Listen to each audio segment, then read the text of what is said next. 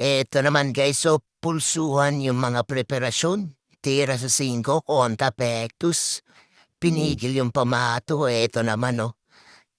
Tira sa 6 guys, ilalim, pektus kaliwa, bagsak. Pigil ang pamato, ano.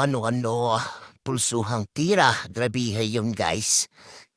Dito, tira sa 7, ilalim lang ulit to. Natural na yan oh. Ang pamato, yung benta na sa 8.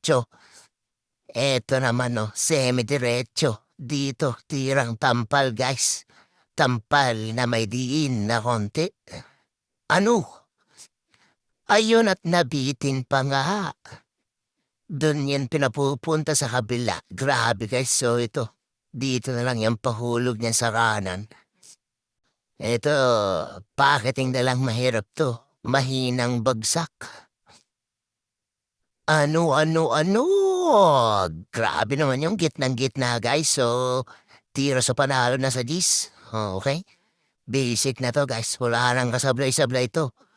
So, yun guys, napakasimple ng bilyar, no?